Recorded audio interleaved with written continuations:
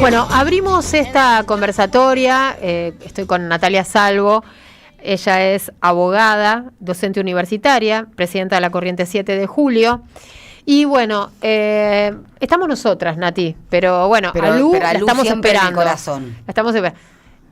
Tiene una reunión. Está ocupada. Sí, Lu la verdad que sí, siempre está. Y si no sí, puede venir obvio.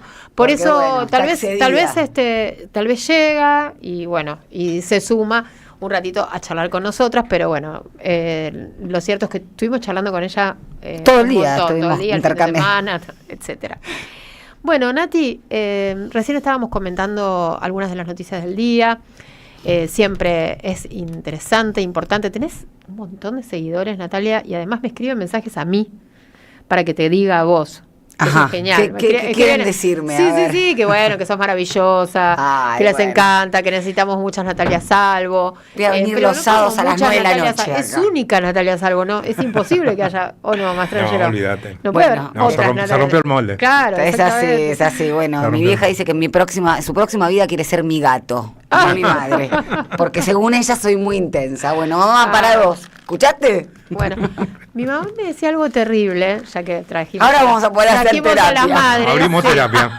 Mi mamá me decía algo terrible que me quedó el trauma. No, bueno, lo lógico. Es la palabra adecuada. Era, yo lo único que te deseo, mira lo que me decía mi mamá. A ver.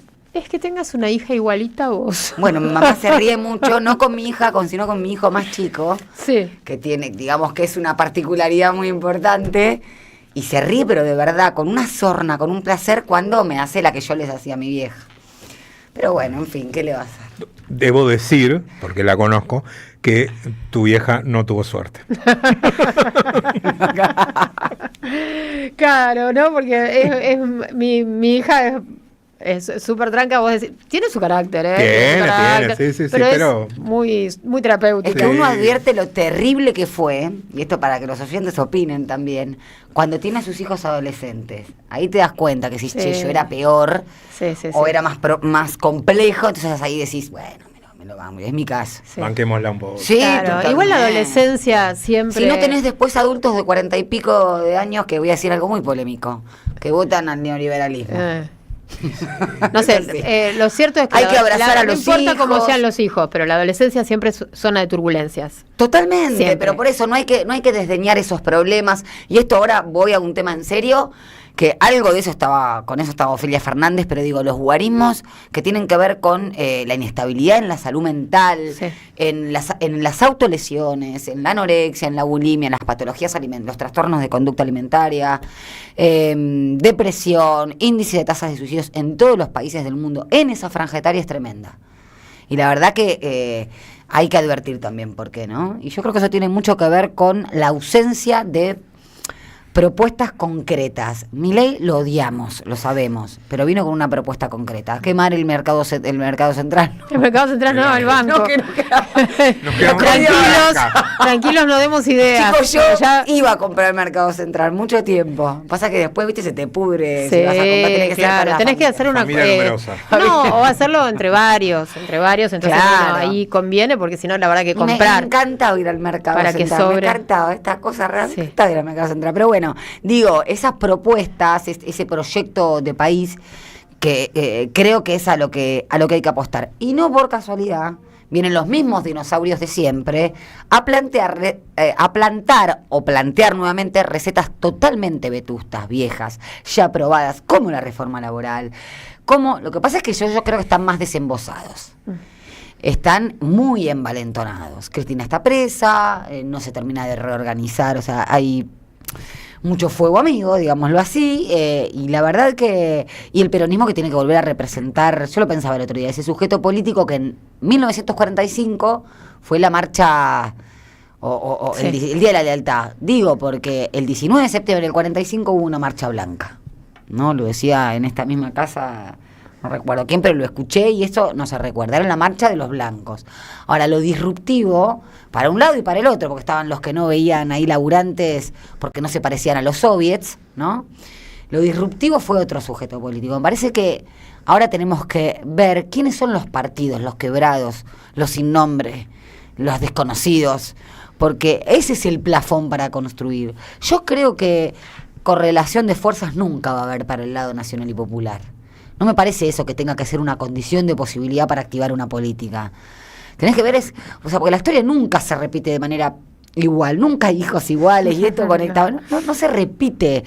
El tema es para qué lado, ¿no? Para proteger, para ser felices, Sí. Y lo mismo aplica a la Sí. sociedad. Ahora, ¿dónde están esos sujetos políticos que todavía no logramos representar? Ujú. Y me parece que eso es un gran puntapié para salir de la resistencia, para salir de solamente ponerle un freno a mi ley y para empezar a proponer. A mí me están preguntando mucho ahora con este tema de la reforma laboral, ¿y qué proponen? ¿Por qué tanto Sí. miedo de decir, bueno, incorporación de los trabajadores de ¿Cómo? ¿Por qué plataformas? tanto miedo? No, Amerita, ¿no? no, pero bueno, lo que pasa, Sí. lo dijo hoy Mariano Recalde en esta misma radio de la mañana, lo que pasa es que también hay muchos compañeros que compran este discurso compran con este discurso de alguna reforma hace falta, pero en todo Claro. el derecho, los que hacemos siempre hacen falta reformas. Sí. Tuvimos una reforma de un código civil que lo destrozaron y comercial del año 2015, totalmente evolucionó, porque la última reforma del código civil había sido en 1968. Pero claro que sí, que hace falta reforma. Una reforma constitucional, por supuesto. El tema es para qué lado. Claro. Ojo, porque te escuchaba y retomo con muchas de las cosas que estuvimos hablando en estos días y también con cosas que estamos escuchando en los medios de comunicación, de los analistas, de los dirigentes. Hoy hay una nota muy interesante de Pedro Peretti en el diario Sí. Página 12 que se pregunta, ¿el peronismo es de izquierda? Después podemos avanzar e incluso leerles algunas partes de esta nota que me pareció interesante. ¿Por qué? Porque vos viste, Natalia, que vos estás diciendo, bueno, tenemos que saber quiénes son los que no tienen techo, los sin nombre, pero hay también una necesidad como del establishment de hacer que el peronismo se corra hacia la derecha. Sí, Se corra continuamente, ¿no? Que lo empujen. Y eso significaría el peronismo bien pensante, el peronismo Claro, que eso significaría como dialoguista. la modernización, Claro. la modernización del peronismo, o que el peronismo vaya contra su propia, creo, esto es mi Sí, opinión, totalmente. que el peronismo vaya contra su propia identidad constitutiva, porque el peronismo no nace de la derecha, sino que nace de la defensa de los trabajadores, Es de la más, organización de los trabajadores y de los André, de las creo que hay revueltas algo que es también. muy importante porque se está exhumando nuevamente, que es este antiperonismo rabioso. El peronismo aglutina el antiperonismo. Le pone el nombre antiperonismo, pero es el antipatria. Ujú. Por eso digo, es el Es que... más allá, digámoslo, Es en términos de Perón. Lo que pasa es que digamos, ¿no? Perón fue Claro. tal el liderazgo, el peronismo fue tan revolucionario que por supuesto aglutinó al enemigo. O sea, la verdad que hay que reivindicar eso. Yo lo reivindico, el enemigo siempre existe. Que vos aglutines a un mismo enemigo de esa calaña para nuestro país es realmente para destacar. Y digo el antipatria porque es el que necesitaba o bien de un esclavo o un sector económico, o el que necesitaba de la supresión, el que necesita estigmatizar.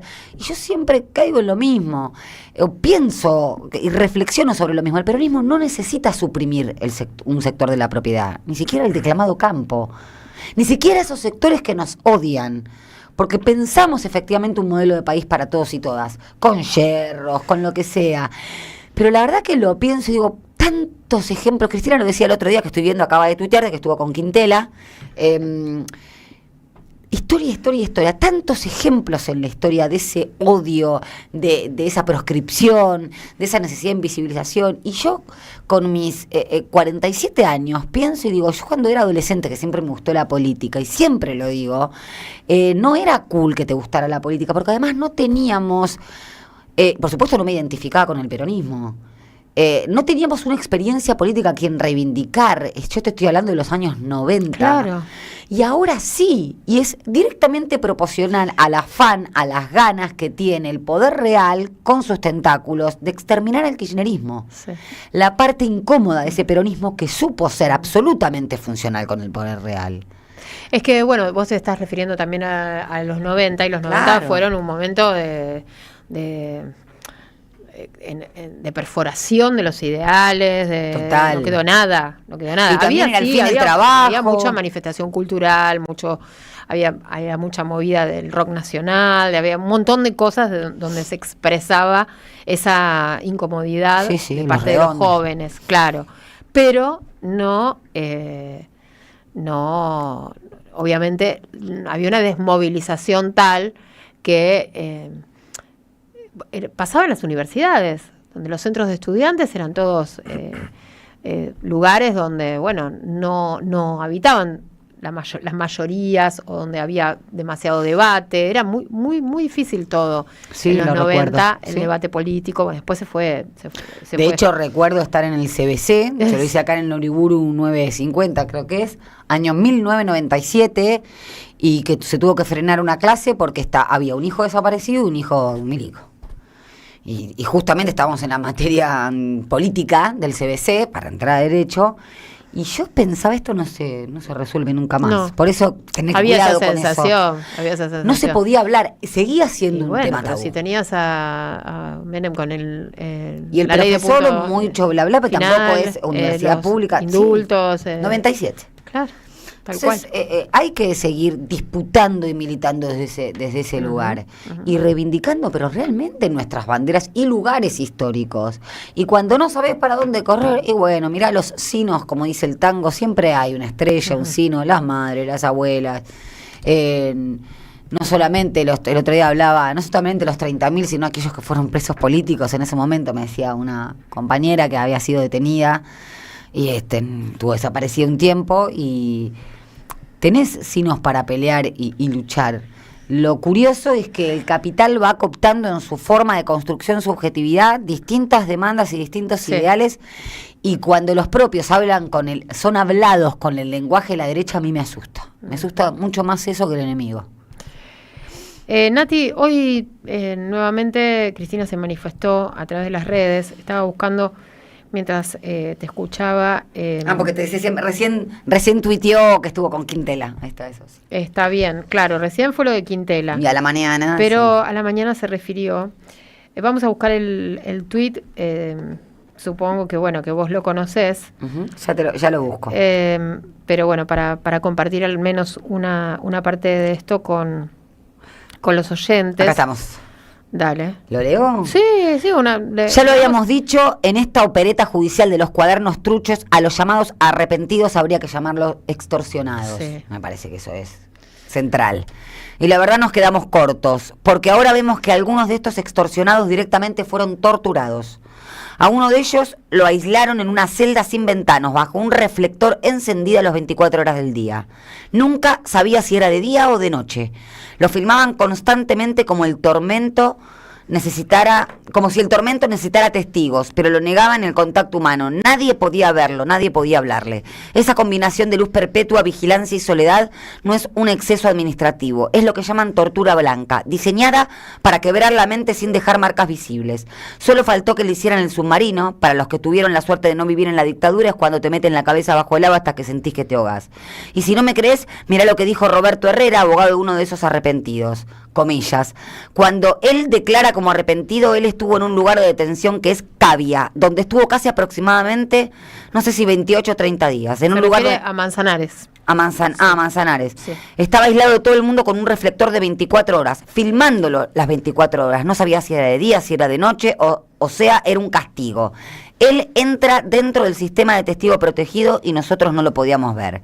Lo dijo así como lo legués, y no es un canal cuca, lo dijo TN. Esto ya no es lofer, es persecución política con métodos propios de las dictaduras. Niveles de coacción contra ciudadanos nunca vistos en democracias. Y todo amparado por el bestiario judicial del macrismo. Jueces y fiscales al servicio del poder económico, listos siempre para perseguir a la oposición política real y darle impunidad a los delincuentes de verdad. A los que endeudaron y siguen endeudando el país, mientras la gran mayoría de los argentinos cada vez tienen menos y cada vez les va peor. Los vamos a repetir 1 y 1000 veces. La reapertura acelerada de los cuadernos truchos no tiene que ver con la justicia, es agenda judicial para la distracción. Si no hay pan, que haya circo. Y si no, fíjate lo que pasa con la inflación. Te dicen que los precios no suben, pero vos tenés que pagar cada vez más de luz, más de gas, más en transporte, más de alquiler, más de prepaga. Y la lista sigue mientras la recesión avanza. El número de la inflación que ayer dio el INDEC es de 2,3%. No solamente viene creciendo desde hace meses, sino que si lo anualizás, como hace Milei, es del 27,6%.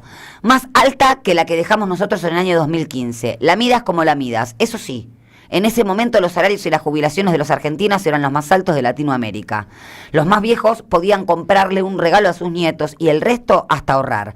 Las provincias financiadas, las rutas mantenidas y transitables, y lo más importante, no le debíamos un solo dólar al Fondo Monetario y mucho menos al Tesoro de los Estados Unidos. Postdata 1, Bessent ya lo confesó. Ahí está. Sí, tenemos es largo el tweet, pero bueno, más o menos.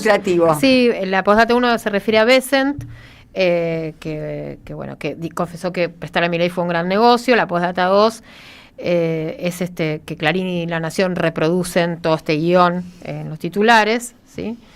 Y bueno, y después se refiere a Stornelli. Y después deja el video, ¿no?, de TN sobre las torturas de Stornelli, que está el abogado de Manzanares en los estudios de TN comentando que, bueno, lo tuvieron todo el tiempo que estuvo preso, con la luz prendida, no sabía si era día o de noche, bueno, con una especie de sometimiento a la luz permanente, a la luz artificial, y que además cuando le dan permiso a él como abogado de ir a verlo, a Manzanares, lo citan a la madrugada. La madrugada, a las 3, 4 de la mañana.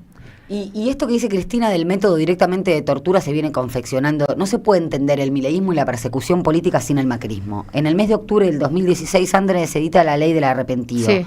A imagen y semejanza de lo que había hecho del proyecto de la DEA para Estados Unidos, de dudosa constitucionalidad. ¿Cuánto se habló de eso, no? Un montón. ¿Y qué pasó? 2016, octubre del 2016.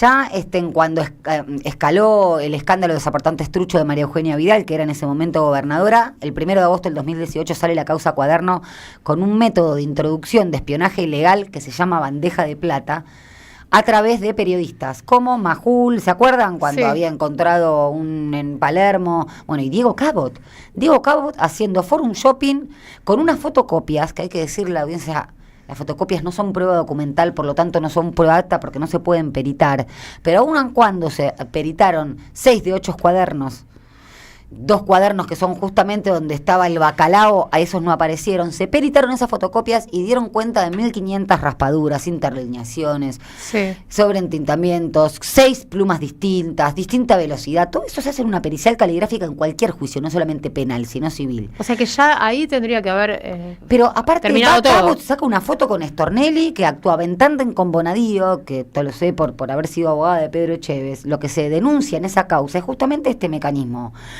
Los girados de ese tándem judicial Bonadío-Stornelli, bueno, iban y hacían, mira, si no decís 2 o 3 arrepentidos, entonces vas a ingresar a la causa Cuaderno. ¿Y qué hacían para dar veracidad a sus manifestaciones? Mirá tal programa de televisión, mirá el diario, lo que va a salir.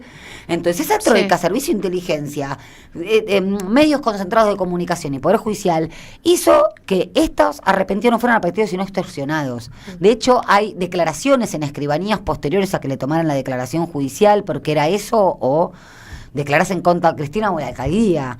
Y hay actas notariales que dan cuenta de estas presiones. Entonces, creo que es más claro echarle agua. Y además esto hay que leerlo también. Fíjese lo que hizo la Corte desde que fueron las elecciones. No solamente lo de Vido de hace 2 días. Moreno, sobreseer a Caputo, Sturzenegger, a Macri. Esto es la persecución judicial o la sustitución del poder militar por el poder judicial. Impunidad a los que nos hacen el defalco, Sturzenegger, verbigracia, ¿no? Porque en el 2016 la Corte le dijo, o la Corte Poder Judicial le dijo, chau, y nos vuelven a endeudar. No podemos no pensar en un nuevo gobierno sin una reforma judicial al estilo de México. Es imposible, te van a frenar cualquier cosa. Bien. Bueno, Nati, nos vamos a encontrar en unos días, ¿no? Sí, obviamente, por supuesto. Un beso a Lu, y bueno, y nosotros abrimos la conversatoria, como siempre, todos los jueves.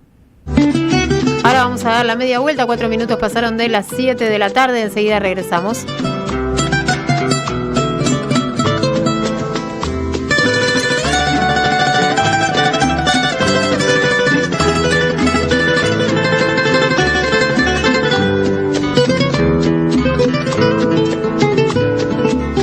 En AM